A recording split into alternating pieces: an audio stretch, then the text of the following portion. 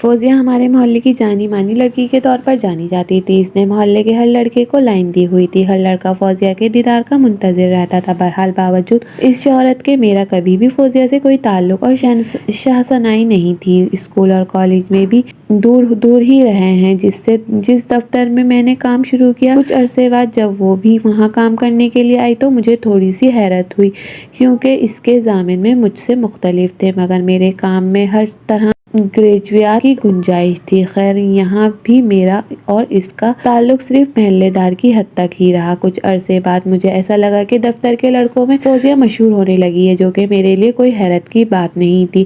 اس کی عادت مجھے معلوم تھی اور میں صرف یہ دیکھ رہا تھا کہ کون کون اس کے ہاتھوں بے وقوف بنتا ہے۔ میرا ایسا کوئی اس کی طرف جھکاؤ نہیں تھا اور میں نے اس کو زیادہ توجہ نہیں دینا چاہتا تھا۔ دفتر کے لڑکے فوزیہ میں دلچسپی تو رکھتے تھے، مگر شاید فوزیہ ان میں کسی کو بھی خاص گھاس نہیں ڈال رہی تھی۔ ایک شام جب میں دفتر سے گھر جانے کے لیے نکلا تو فوزیہ گاڑی کی انتظار میں کھڑی تھی، مگر رش کی وجہ سے کوئی بھی خالی ٹیکسی نہیں مل رہی تھی۔ مجھے بائک اسٹارٹ کرتے ہوئے دیکھ کر وہ لپک کر میرے پاس آئی اور مجھ سے درخواست کرنے لگی میں اسے راستے میں اس کے گھر اتار دوں۔ پہلے تو میں نے سوچا کہ میں منع کر دوں، مگر پھر دل میں خیال آیا کہ اب یہ کہاں خوار ہوتی پھرے گی، میں اسے آج چھوڑ دوں گا۔ میں نے فوزیہ سے کہا کہ میں اسے راستے میں تو اتار دوں گا، مگر اسے بائک پر ڈر تو نہیں لگے گا۔ وہ ہنس کر کہنے لگی کہ ڈر کیسا، میں تو دبوچ کر بیٹھ جاؤں گی۔ جب تک تمہیں کچھ نہیں ہوگا مجھے بھی کچھ نہیں ہوگا۔ اس کی یہ بات سن کر مجھے بھی ہنسی آ گئی۔ صاف صاف لگ رہا تھا کہ وہ مجھے بھی بے وقوف بنانے کے ارادے سے آئی ہے۔ میں نے بھی دل میں سوچا کہ کوئی بات نہیں، اسے کوشش کر لینے دو، دیکھتے ہیں کہ کون اس کو کتنا بے وقوف بناتا ہے۔ فوزیہ کو بائک پر بیٹھنے کا کافی اچھا تجربہ تھا، جس کا احساس مجھے اس کے بیٹھتے ہی ہو گیا۔ میں نے فوزیہ سے کہا کہ مجھے راستے میں اپنے کپڑے اٹھانے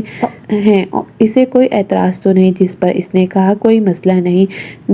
جیسے ہی بائک اسٹارٹ لیا، فوزیہ نے مجھے اپنے دونوں بازو میں دبوچ لیا۔ فوزیہ کا اس طرح سے مجھے پکڑنے سے مجھے کافی لطف آ رہا تھا اور میں دھیمے دھیمے بائک چلاتا ہوا آگے جا رہا تھا۔ فوزیہ نے پیچھے سے پوچھا کہ تم بائک ہمیشہ اتنی ہی آہستہ چلاتے ہو یا آج کوئی خاص بات ہے؟ میں نے جواب میں کہا جب تمہیں معلوم ہے کہ کیا خاص بات ہے تو پوچھ کیوں رہی ہو؟ فوزیہ نے کہا کہ آج تک تو میں مجھ سے کبھی بات نہیں کہی، تو آج کیسے خاص وجہ ہو گئی؟ میں نے اس سے کہا کہ اس سے پہلے تم نے تو مجھ سے بھی کبھی بات نہیں کی۔ وہ ہنسنے لگی اور ہنستے ہوئے اور زیادہ ٹکرانے لگی، جس سے مجھے اور شرارت سوجی اور میں بائک کو آہستہ آہستہ جھٹکے دینے لگا، اور یہ جھٹکے محسوس کر کے فوزیہ نے مجھ سے پوچھا تم جان بوجھ کر جھٹکے مار رہے ہو؟ میں نے جواب دیا میں کہا کہ جب تمہیں اندازہ ہے کہ تم تو کیوں پوچھ رہی ہو؟ مجھے کہنے لگی کہ میں کنفرم کر رہی ہوں کہ کہیں مجھے کوئی غلط فہمی تو نہیں ہو رہی۔ میں نے ایک اور زوردار جھٹکا دیتے ہوئے فوزیہ سے کہا کہ کوئی غلط فہمی نہیں ہے۔ فوزیہ مجھ سے پوچھنے لگی کہ ہم دونوں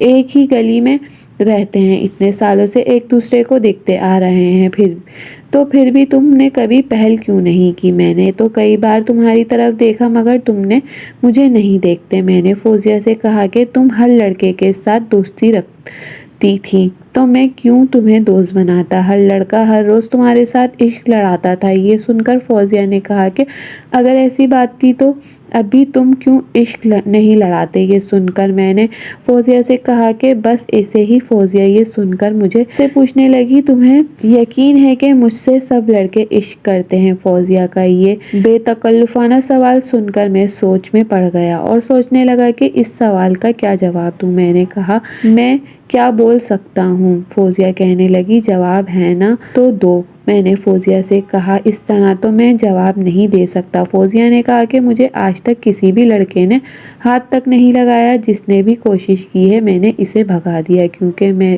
بچپن سے ہی تم سے پیار کرتی ہوں اور کسی کا مجھے چھونے کا سوال ہی نہیں پیدا ہوتا۔ میں نے فوزیہ سے کہا کہ اب تم مجھے بھی بے وقوف بنا رہی ہو۔ فوزیہ نے کہا کہ تم کسی بھی لڑکے کو سامنے لے آؤ، میں دیکھتی ہوں کون میرے سامنے میرے منہ پر یہ بات کر سکتا ہو۔ میں نے فوزیہ سے کہا کہ آخر اس بات کا کیا مطلب ہے؟ فوزیہ نے مجھے پیچھے سے اور زیادہ زور سے دباتے ہوئے کہا کہ میں صرف اور صرف تم سے پیار کرتی ہوں اور صرف تم سے شادی کرنا چاہتی ہوں۔ فوزیہ کی یہ بے باک باتیں سن کر مجھے بہت لطف آ رہا تھا اور یقین ہی نہیں آ رہا تھا کہ فوزیہ میرے بارے میں ایسا سوچتی ہوگی۔ میں نے فوزیہ سے پوچھا، فوزیہ تم اگر مجھ سے اتنا پیار کرتی ہو تو تم مجھ سے اکیلے میں ملنا چاہتے ہو؟ فوزیہ یہ سن کر ہنسنے لگی اور کہنے لگی کہ اب یہ بھی میں ہی بتاؤں کہ تم مجھ سے کیسے اکیلے میں مل سکتے ہو؟ مجھ سے ملنا ہے تو سارا انتظام بھی تمہیں ہی کرنا ہوگا، مجھے تو صرف وقت بتا دینا، میں آ جاؤں گی، پھر جہاں بھی تمہارا دل چاہے مجھے لے جانا، میں صرف اور صرف تمہاری ہوں۔ فوزیہ کی یہ بات سن کر میرا برا حال ہو چکا تھا اور میرے لیے بائک چلانا ممکن ہی نہیں ہو رہا تھا۔ راستے میں میں نے ایک سائبر کیفے پر نظر آیا، میں نے فوراً اپنی بائک وہاں روک دی۔ سائبر کیفے دیکھ کر فوزیہ ہنس پڑی اور مجھے پوچھنے لگی کہ کیا ارادہ ہے؟ میں نے کہا کہ یار کافی پینے کا دل چاہ رہا ہے۔ فوزیہ نے پوچھا سچی؟ میں نے کہا اب تو زیادہ باتیں نہیں کرو، ابھی تو تم نے کہا تھا کہ تم صرف میری ہو۔ فوزیہ نے مزید کچھ نہیں کہا اور اپنے چہرے کو دوپٹے سے چھپا لیا اور بائک سے اتری۔ اترنے کے بعد سائبر کیفے میں داخل ہوئی۔ استقبالیہ کے طور پر ہمیں الگ کیبن مل گیا۔ ہم دونوں کی خوشی کی کوئی انتہا نہیں تھی۔ میں نے فوزیہ کو مجھے پیار بھری نظروں سے دیکھ رہے تھے۔ کیبن میں داخل ہونے کے بعد میں نے اندر سے کنڈی لگائی اور جیکٹ کو کرسی پر ٹانگ دیا۔ فوزیہ بہت خوش تھی اور میرا بھی خوشی کے مارے برا حال تھا۔ فوزیہ نے مجھے سے پوچھا کہ میرے کب تک اسے ملنے کا ارادہ ہے؟ میں نے کہا کہ اس ہفتے کی صبح کے لیے تیاری کرو۔ فوزیہ یہ سن کر بہت خوش ہوئی۔ پھر فوزیہ نے کہا کہ ہو سکتا ہے کہ ہفتے کی صبح اس کے سب گھر والے کسی کے گھر جائیں گے، اگر ایسا ہوا تو وہ مجھے بتا دے گی اور پھر تو کوئی مسئلہ ہی نہیں ہوگا، پھر اپنے ہی گھر میں مل لیں گے۔ یہ سن کر میں نے فوزیہ سے کہا کہ تم نے تو سب سے بڑی مشکل حل کر دی، اب تو کوئی مسئلہ ہی نہیں رہا، بس اب تم پہلی فرصت میں اس پروگرام کو کنفرم کر ڈالو تاکہ اس سلسلے کو زیادہ مزیدار بنایا جا سکے۔ فوزیہ یہ سن کر کچھ سوچ میں پڑ گئی اور کہنے لگی کہ گھر پہنچ کر میں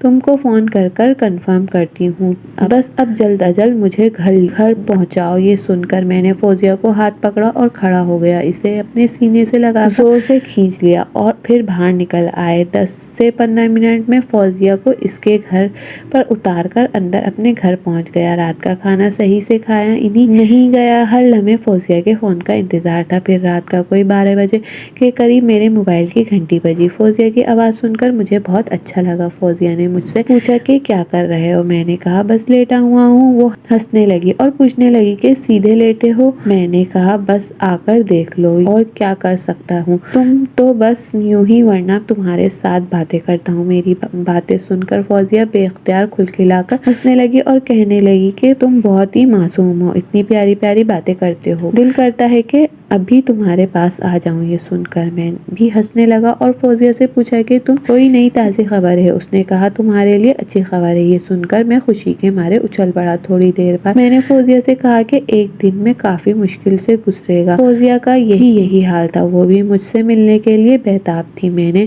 فوزیہ سے پوچھا کہ ایک ہفتے کو تو ملاقات ہوگی، مگر اس وقت کیا کریں؟ مجھے تو نیند آنے والی ہی نہیں اور یہی حال فوزیہ کا بھی تھا۔ میں نے کہا کہ کمپیوٹر پر آ جاؤ، ہم دونوں ایک دوسرے کو دیکھیں گے۔ میرے اس خیال کو فوزیہ نے بہت پسند کیا اور تھوڑی دیر بعد ہم دونوں نے اپنی ویب کیم کی مدد سے ایک دوسرے کو دیکھ رہے تھے۔ تھوڑی دیر بعد بات کرنے کے بعد ہم دونوں نے ایک دوسرے کو شب بخیر کہا اور اس وعدے کے ساتھ کہ جب آفس میں ملاقات ہوگی تو کچن میں بہت باتیں کریں گے، اور پھر ہفتے کا پروگرام بھی فائنل کر لیا۔ دوسرے دن صبح میں فوزیہ کو راستے میں سے اٹھایا، آفس پہنچے۔ تھوڑی دیر بعد فوزیہ نے انٹرکام پر مجھے کہا کہ مجھے کچن میں ڈوبا ملا ہے، کچھ خاص باتیں کرنی ہے۔ 5 منٹ میں دوبارہ کچن میں فوزیہ کو ملا۔ فوزیہ نے کہا کہ اس کے گھر والوں نے اپنا پروگرام فائنل کر لیا ہے، وہ سارے کے سارے کوئی 6 بجے وہ لوگ دوسرے شہر کے لیے نکل جائیں گے اور 2 دن کے بعد صبح کو واپس آئیں گے۔ مجھے فوزیہ نے کہا کہ کوئی 7 بجے تک میں ان کے گھر پہنچ سکتا ہوں، مگر اس سے پہلے مجھے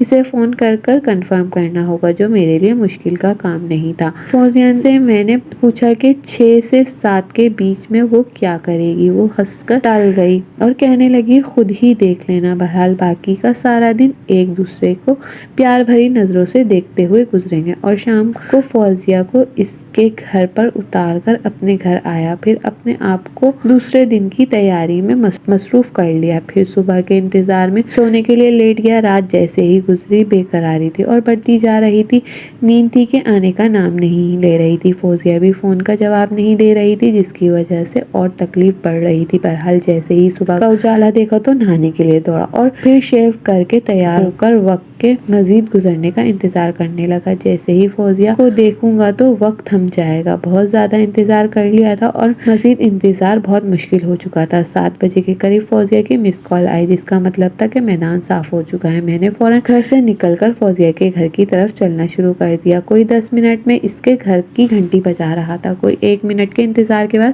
دروازہ کھلا۔ میرا خیال تھا کہ فوزیہ خود دروازہ کھولے گی، مگر کوئی اور ہی لڑکی تھی جو بہت ہی خوبصورت لگ رہی تھی۔ حالانکہ میری اور فوزیہ کی پوری انڈرسٹینڈنگ تھی کہ فوزیہ میرا اکیلے ہی انتظار کرے گی، مگر ان خاتون کو دیکھ کر میں بری طرح سے گڑبڑا گیا۔ ابھی میں اسی سوچ میں تھا کہ کیا بولوں، مجھے آواز سنائی دی کہ کیا باہر ہی کھڑے رہو گے، اندر نہیں آنا؟